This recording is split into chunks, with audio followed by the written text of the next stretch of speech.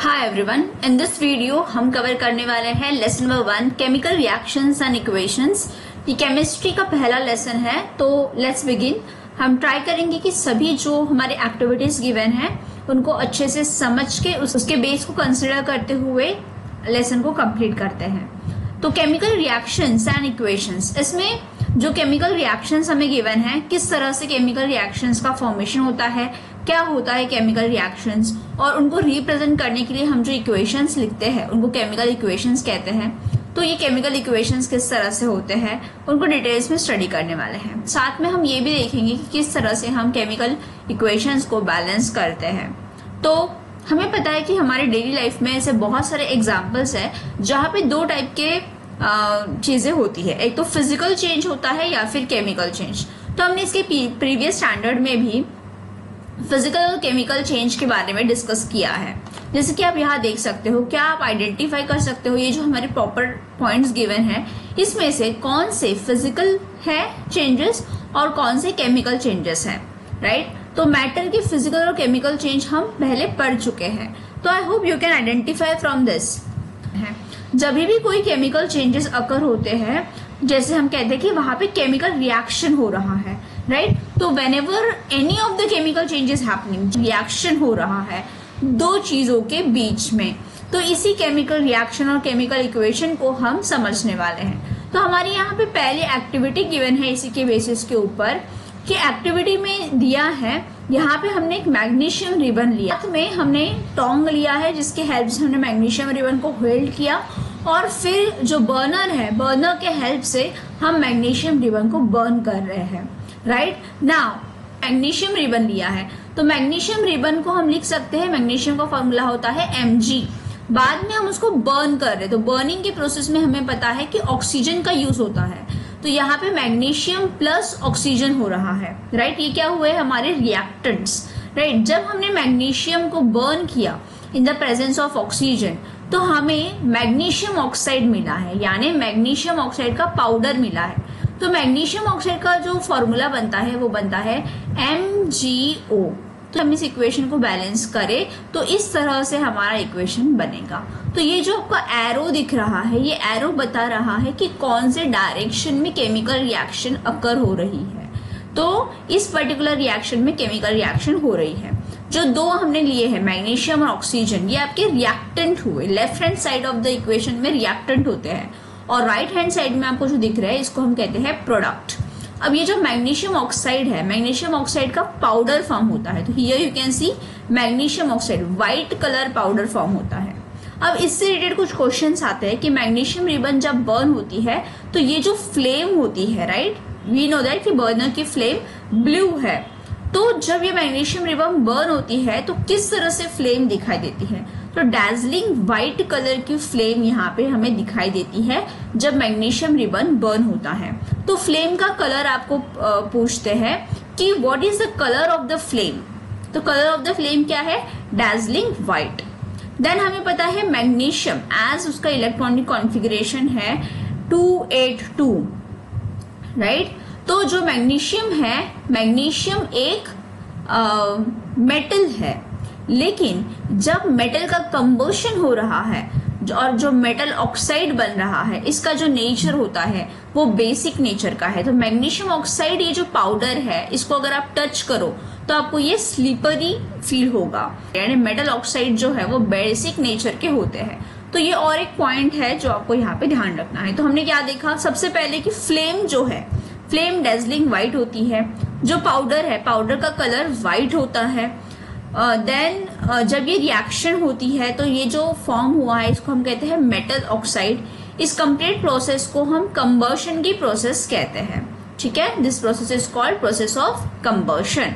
तो इस तरह से हमने देखा कि किस तरह से यहाँ पे जो हो रही है रिएक्शन, जो हो रही है, इस रिएक्शन को हम कहेंगे केमिकल चेंज। हमने देखा फर्स्ट एक्टिविटी जिसमें हमने ऑब्जर्व किया कि जो मैग्नीशियम रिबन है वो बर्न होती है with a dazzling white flame and changes into white powder. Powder जो है वो व्हाइट पाउडर है जिसको हम मैग्नीशियम ऑक्साइड कहते हैं। ये इसलिए होता है because of the reaction between magnesium and oxygen present in the air. तो ऑक्सीजन जो एयर में प्रेजेंट है उसके हेल्प से मैग्नीशियम बर्न हुआ और हमें मैग्नीशियम ऑक्साइड जो है वो मिला है। Let's see the next activity.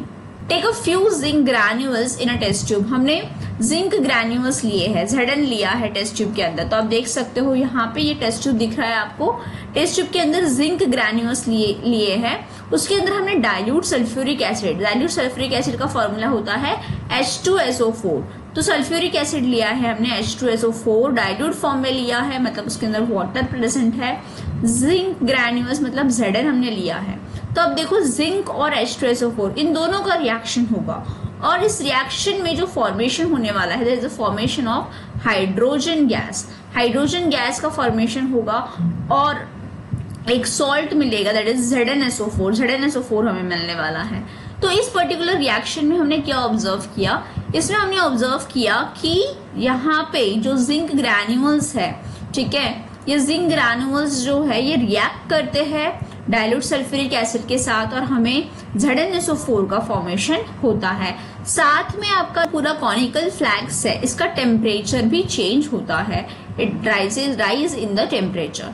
तो इससे हमें ये पता चलता है इन तीनों एक्टिविटीज से कि अगर केमिकल चेंज या केमिकल रिएक्शन तब होता है जब चेंज इन स्टेट होता है, मतलब चेंज हो जाती है आपकी स्टेट। कोई सॉलिड स्टेट में है तो सॉलिड से वो पाउडर फॉर्म में कन्वर्ट हो गया।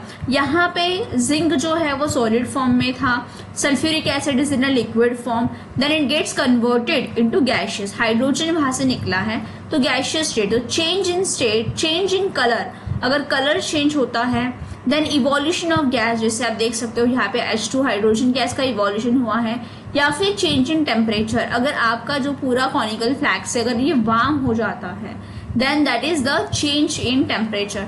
अगर इनमें से कोई भी ऑब्जर्वेशन आप देखते हो, इसका मतलब जो प्रोसेस हो रही है उसको हम कहेंगे केमिकल रिएक्शन। केमिकल रिएक्शन हो रहा है वहां पे, राइट। तो ये जो पर्टिकुलर प्रोसेस है ये हमें हेल्प करते हैं to understand the chemical reaction, ठीक है। इसके हेल्प से हम केमिकल रिएक्शंस को समझ सकते हैं, राइट। तो अभी हमने जितने भी केमिकल रिएक्शंस देखे उनको सिंबॉलिकली अगर हमें रिप्रेजेंट करना है तो हम सिंबॉलिकली कैसे रिप्रेजेंट करते हैं उसको समझने वाले हैं। तो सबसे पहले हमें गिवन है केमिकल इक्वेशंस। तो जो केमिकल इक्वेशंस होते हैं उसको हम वर्ड इक्वेशन के फॉर्म में इस तरह से लिखते हैं, जैसे कि यहाँ पे गिवन है पहला इक्वेशन।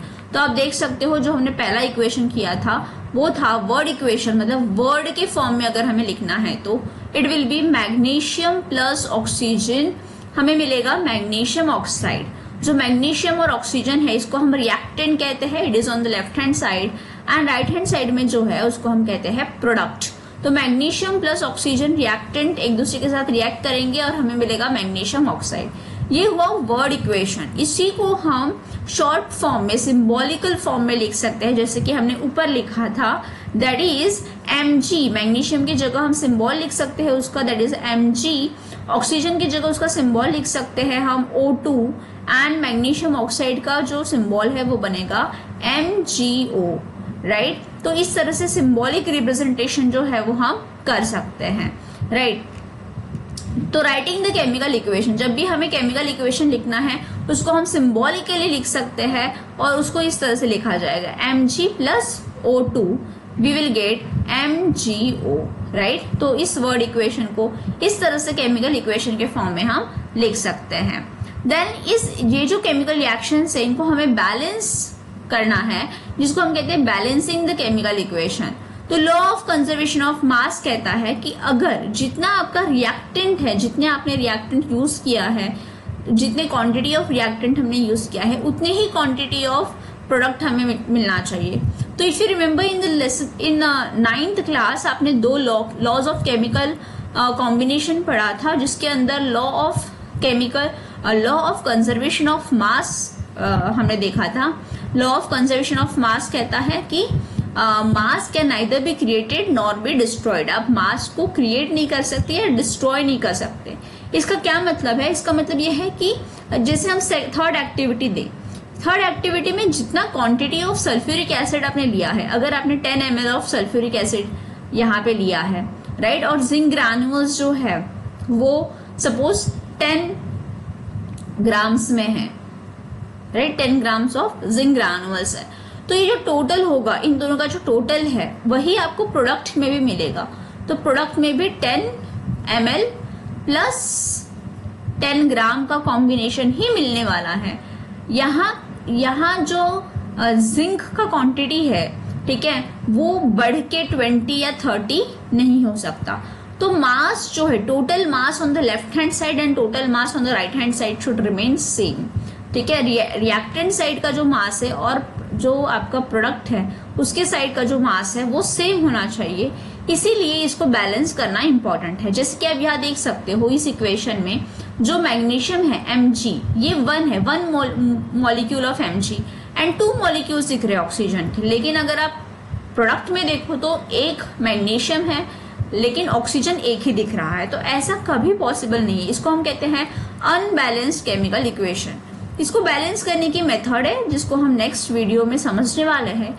यहाँ पे हम सिंपली अगर इसको मैं आपको बैलेंस करके दिखाऊं तो इस तरह से ये बैलेंस हो जाएगा। यहाँ पे अभी अगर आप ध्यान से देखो तो 2 mg है, तो आपको राइट हैंड साइड में भी 2 mg दिख रहे हैं और ऑक्सीजन के मॉलिक्यूल्स भी 2 है, तो ऑक्सीजन के मॉलिक्यूल्स भी यहाँ पे 2 है। तो इस तरह से बैलेंस करते हैं। तो बैलेंसिंग के जो स्टेप्स है इसको हम नेक्स्ट वीडियो में समझेंगे कि किस तरह से हम केमिकल इक्वेशंस को बैलेंस करते हैं, राइट। तो तीनों इक्वेशंस जो हमने डिस्कस किए, तीनों एक्टिविटीज जो हमने डिस्कस किए, zinc plus sulphuric acid, then potassium iodide and potassium nitrate, and then also magnesium and oxygen, तीनों इक्वेशंस को, तीनों एक्टिविटीज की जो इक्वेशंस है उनको समझ के हम केमिकल इक्वेशंस को बैलेंस करेंगे। See you in the next video. Thank you.